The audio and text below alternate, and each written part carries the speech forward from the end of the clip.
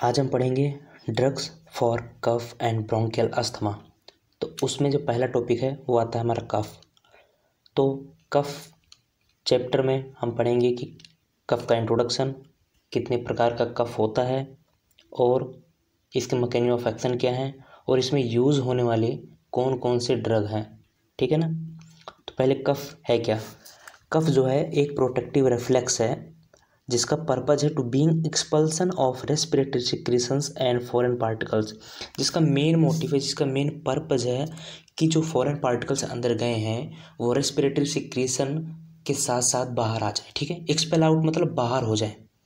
और protective reflex मतलब protect करना, और रिफ्लेक्स मतलब कि जो फॉरेन पार्टिकल जो हमारे अंदर गए हैं उनके प्रति जो रिएक्शन हमारी रेस्पिरेटरी क्या नाम है एयर पासेज हैं उसने जो रिएक्शन दिए हैं। ठीक है।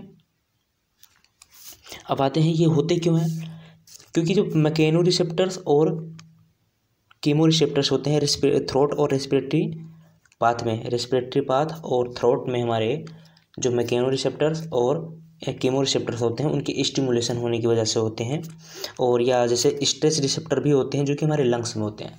तो हमारे कितने रिसेप्टर्स हो गए, कीमो या मैकेनो रिसेप्टर्स जो कि हमारे थ्रोट और रेस्पिरेटरी पाथ में पाए गए। दूसरा नंबर हो गया कि स्ट्रेस रिसेप्टर जो कि हमारे लंग्स में है। जब हमारे लंग्स में जब कोई स्ट्रेच होता है उस वजह से स्टिमुलेशन होता है, उसके बाद हमारे इम्पल्स मेडुला में जाते हैं जो कफ सेंटर है और वहाँ से हमारी रिस्पॉन्स आते हैं और हम तेज़ी से कफ करते हैं। ठीक है ना। कफ कितने प्रकार के होते हैं। कफ हमारे दो प्रकार के हो गए, एक तो ड्राई कफ और दूसरा प्रोडक्टिव कफ। ड्राई कफ मतलब ऐसे कफ जो कि क्या नाम है यूजलेस कफ कहते हैं हम उनको। यूजलेस कफ क्यों बोले, क्योंकि देखो अभी पहले प्रोडक्टिव कफ पढ़ो। प्रोडक्टिव कफ यूजफुल कफ होते हैं, सर्व टू ड्रेन द एयर वे। जैसे कि जो प्रोडक्टिव इसलिए बोल रहे हैं क्योंकि इसमें प्रोडक्शन हो रहा है, जो हमारे क्या नाम है रेस्पिरेटरी सिक्रीशंस हो रही थी, जो हमारे वल्गम वगैरह निकलते हैं, ठीक है, वो निकल रहे हैं फॉरेन पार्टिकल्स को लेके साथ बाहर एक्सपेल आउट हो जाते हैं, इसलिए हमारे लिए यूज़फुल होते हैं। क्योंकि हम स्पेसिफिक तो क्या नाम है एलर्जेंस जो अंदर गए हैं जो हमारे फॉरेन पार्टिकल्स के, उनको स्पेशली बाहर हम नहीं फेंक सकते ना, इसलिए पहले एक म्यूकस का सिक्रेशन होता है, उस सिक्रेशन के माध्यम से ही वो उनको एब्जॉर्ब करते हैं, मतलब इकट्ठा करके वो बाहर एक्सपेल आउट हो जाते हैं। ठीक है ना। Suppression is not desirable. अगर ये लो लेवल का ही हो रहा है, मतलब ज़्यादा सिक्रेशन नहीं हो रहा है, ज़्यादा दिनों तक ऐसे नहीं हो रहा है। अब अगर आपको रोज़ रोज़ मतलब डेली क्या नाम है 3-4 बार या उससे ज़्यादा ही बार क्या नाम है आपको बार बार कफ हो रहा है और बलगम निकल रहा है, ठीक है ना, तो आपको नुकसानदेह है, तब मान सकते हो आप। ठीक है। लेकिन नॉर्मली ये होना भी चाहिए। ठीक है ना। इसलिए इसको हम यूज़फुल कप बोल रहे होते हैं। और यूजलेस कप को बोलते हैं, ड्राई कप को बोल रहे होते हैं, जब हमारा कोई प्रोडक्शन नहीं हो रहा था किसी फॉरेन पार्ट मतलब सॉरी जो सिक्रेशन हो रहा था उसमें सिक्रेशन नहीं हो रहे हैं। ठीक है ना। इसमें केवल हमारे जो मेड्यूला है जो कि कफ सेंटर है उसके हाइपर एक्टिव हो जाने पे, मतलब वो ज़्यादा एक्शन करने लगते हैं और जिसकी वजह से हम बार बार कफ करते हैं। इसमें हम सूखी खांसी कहते हैं ना, ड्राई कफ इसलिए कह रहे हैं, इसमें प्रोडक्शन नहीं हो रहा है, म्यूकस का सिक्रेशन नहीं हो रहा है, इसलिए इसको सप्रेस करना भी ज़रूरी होता है। ठीक है ना। चलिए नेक्स्ट स्लाइड पे हम देख लेते हैं।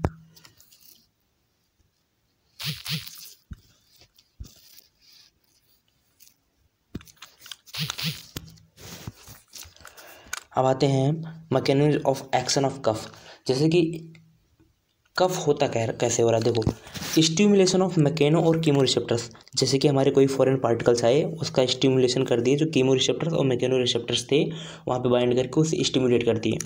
Afferent impulse to the cough centre, जो कफ सेंटर था मेड्यूला ओब्लांगाटा, वो कफ सेंटर कहते हैं उसे, वहाँ पे गया। और एफिरेंट इम्पल्स क्यों बोले, देखो एफिरेंट और एफिरेंट में आपको डिफरेंस पता होना चाहिए।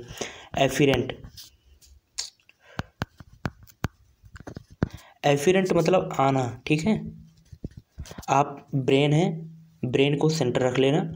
ठीक है। ये हमारी बॉडी है। ठीक है।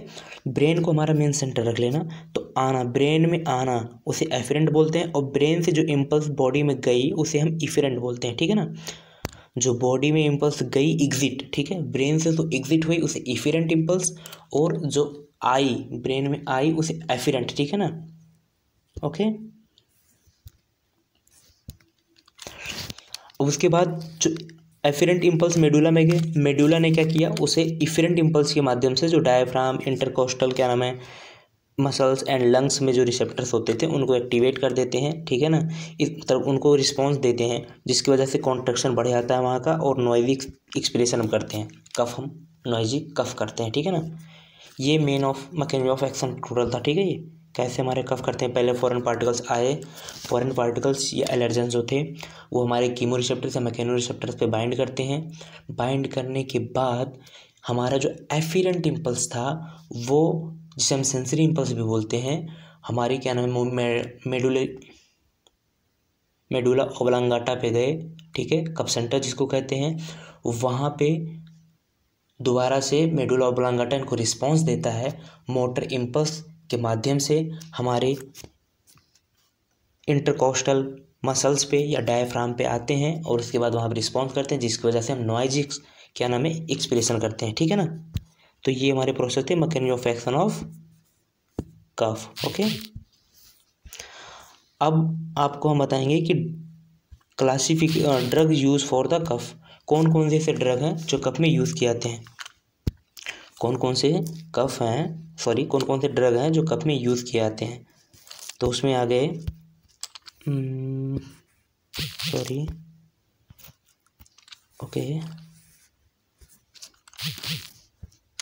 देखो, पहले आपको ये चीज़ पढ़ लेनी होगी कि पहले कौन कौन से क्लास है, कौन कौन से ड्रग हैं, एक बार आपको रिवाइज कर लेना है। आप वीडियो को पॉज करना और पहले एक बार ड्रग को पढ़ लेना। आगे हम सारे के सारे ट्रिक से, एकदम इजी ट्रिक से आपको सारे याद करा देंगे। हमारा ट्रिक ऐसा है भाई कि हम ऐसे नहीं ओ लेंगे, बी लेंगे, सी लेंगे, डी लेंगे, ऐसे नहीं, हम पूरे ड्रग का एक कम से कम आधा नाम तो ले ही लेते हैं, जिसकी वजह से हमें याद रहता है कि आखिर ड्रग का नाम क्या था। ओ लेने से, ओ से तो कई सारे ड्रग हो जाते हैं, ओ से कई सारे ड्रग हो जाते हैं, हमें पता ही नहीं चलता कि कौन से ड्रग कहाँ थे। जैसे कि अभी आप यही पे ले लो कोडीन है, अब यहाँ पे ले लो कार्बोसिस्टीन है, तो हम इसे डिफरेंस ही नहीं कर पाएंगे कि भैया कौन सा ड्रग था, C4 क्या था, ओके ना। तो पहले आप ये ड्रग के पूरे जैसे कि याद कर लो, फिर 4 क्लास होते हैं इसमें। एक फेरेंजियल डाइमल्सेंट हो गए, एक्सपेक्टोरेंट, एडजुवेंट एंटीटसिव और एंटीटसिव, ये 4 क्लास हैं, 1 2 3 और ये 4 क्लास है। इन 4 क्लास में इतने सारे ड्रग आ रहे हैं, जैसे कि हमारे फेरेंजियल डाइमल्सेंट में ले लो लोजेंजेस, सिरप्स, ग्लिसरीन, लिक्योराइस। एक्सपेक्टोरेंट में ले लो सिक्रीशन जो एनहेंस कर रहे होते हैं, और म्यूकोलाइटिक, ठीक है ना। अभी सारे के सारे बताएंगे कि म्यूकोलाइटिक क्या है, सिक्रीशन एनहेंसर क्या है, और नन ऑपोइड। आप पहले वीडियो पॉज करो, सारे ड्रग 2-3 बार पढ़ लो, उसके बाद आप ट्रिक पे आना, जिसकी वजह से आपको बहुत अच्छे से समझ में आएगी, है ना, ओके। चलिए तो आगे चलते हैं। अभी हमने आपको क्लास बताई है, ठीक है ना। अभी हमने आपको क्लासेस बताई हैं कि कौन कौन से क्लास थे। 4 क्लासेस हैं, पहले आप 4 क्लासेस के बारे में पढ़ लो, ठीक है ना। फेरेंजियल डाइमल्सेंट क्या होते हैं, soothe the throat and reduce the afferent impulse from the inflammation या इरिटेटेड फेरेंजियल म्यूकोसा। जैसे कि आप इन्फ्लेम हो जाता है या इरिटेशन हो रहा होता है जब म्यूकोसल पे हमारे, ठीक है, फेरेंजियल म्यूकोसा पे जब इरिटेशन होता है या इन्फ्लेम्ड होता है, तो जिसकी वजह से हमारे इम्पल्सेस होते हैं, एफिरेंट इम्पल्सेस, जो यहाँ से हमारे इम्पल्स जा रहे होते हैं मेडुला ओब्लांगाटा पे और उन्हें रिस्पॉन्स दे रहे होते हैं, तो वो रिस्पॉन्स वापस देता है, इस वजह से हम कफ करते हैं। तो अगर हम डाइमल्सेंट दे रहे होते हैं, ठीक है, जो उसको सूद कर देता है, मतलब इसे एक लेयर चढ़ा देता है, जिसकी वजह से जो इम्पल्स हो रही होती हैं वो इम्पल्स जाएंगी नहीं, जनरेट ही नहीं होंगी, बाहर जाएंगे नहीं, मतलब हमारे जो मेडुला ओब्लांगाटा वहाँ पे पहुँचेंगे नहीं, इस वजह से रिस्पॉन्स नहीं होगा और हम कफ नहीं करेंगे, ओके। अब आते हैं एक्सपेक्टोरेंट क्या है। एक्सपेक्टोरेंट मतलब होता है एक्सपेल आउट करना, ठीक है, ऐसे याद कर लेना, एक्सपेक्टोरेंट जो एक्सपेल आउट करा है। अब आते हैं म्यूकोकाइनेटिक एजेंट। म्यूकोकाइनेटिक क्यों बोल रहे हैं, जो म्यूकस को काइनेटिक मतलब होता है मूवमेंट। अब इसको ऐसे करे कि इसको ड्राइव करे, ड्राइव मतलब समझ रहे हो, यहाँ से एक जगह से दूसरी जगह मूवमेंट कराना, ठीक है ना। अब आते हैं, जैसे कि चेस्ट में हमारे जो कफ भरे पड़े थे, अगर हम म्यूकोलाइटिक एजेंट देते हैं, एक्सपेक्टोरेंट देते हैं, तो उनको या तो डिस्कस करेंगे या तो उन्हें क्या नाम है किसी तरीके से ब्रोंकियल सिक्रेशन बढ़ा करके और बढ़ाएंगे, ब्रोंकियल सिक्रेशन बढ़ाएंगे और उन्हें बाहर फेंकेंगे, ठीक है ना। तो इन्होंने कहा increase the bronchial secretion, bronchial secretion को बढ़ा रहे हैं या decrease the viscosity of the cough, जो कफ थे उसकी विस्कोसिटी को घटा देते हैं, जिसकी वजह से वो इजीली रिमूव आउट हो जाते हैं, बाहर निकल जाते हैं, ठीक है। अब आते हैं एंटीटसिव क्या है भाई। एक्सपेक्टोरेंट और एंटीटसिव में डिफरेंस आपको पता होना चाहिए।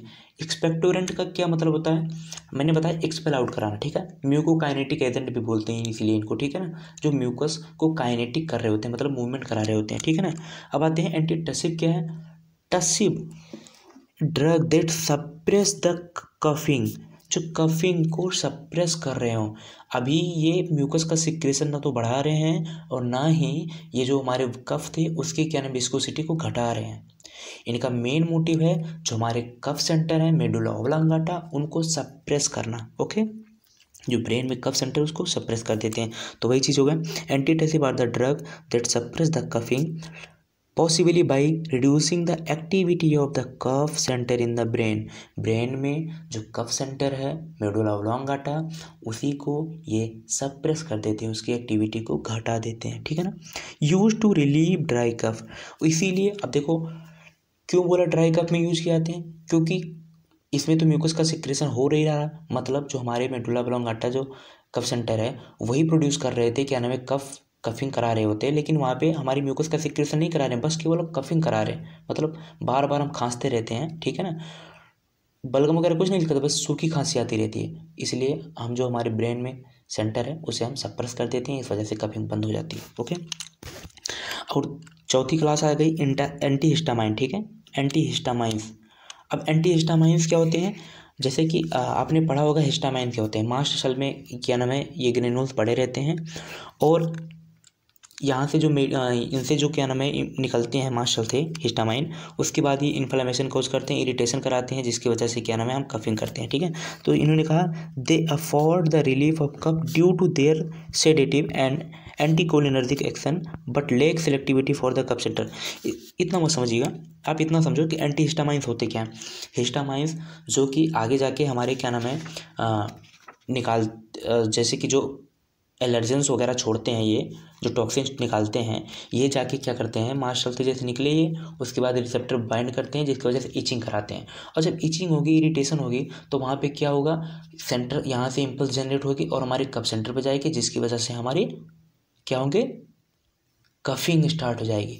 लेकिन अगर हम एंटी हिस्टामाइन दे दें, मास्ट सेल को जो डिग्रेनुलेट हो रहा था मास्ट सेल, उससे जो क्या नाम है निकल रहे थे, आगे निकलेंगे नहीं, तो जिसकी वजह से ये क्या नहीं कराएंगे, इरिटेशन नहीं करेंगे। जब इरिटेशन नहीं होगा तो आगे क्या नहीं होगा, इम्पल्स का जनरेशन नहीं होगा, इम्पल्स जाएगा नहीं तो वहाँ से रिस्पॉन्स आएगा नहीं और हमारा कफ होगा नहीं, ठीक है ना। ये हो गया हमारा चौथा पॉइंट, ठीक है, ख़त्म हो गया। अब आते हैं ड्रग फॉर कफ। अब आपको ट्रिक से सारी चीज़ें याद हो जानी है। अगर आपको कहीं भी थोड़ी सी गलत लगे, देखो आपको ऐसे बताएंगे, अगर आप थोड़ा सा मुझे सहायता दोगे ना तो आगे चल के हम एनिमेशन के थ्रू भी ले आएंगे कुछ चीज़ें, लेकिन अभी शुरुआत है भाई, तो अभी तो ऐसे ही शुरुआत करनी पड़ेगी, पर आपको मज़ा बहुत आएगा। मैं लिख के देता हूँ आपको, बस आपको 2-3 बार ध्यान से देख लेना है, आपको याद हो जाना है, सारी चीज़ें याद हो जाएंगी, मैं लिख के देता हूँ आपको।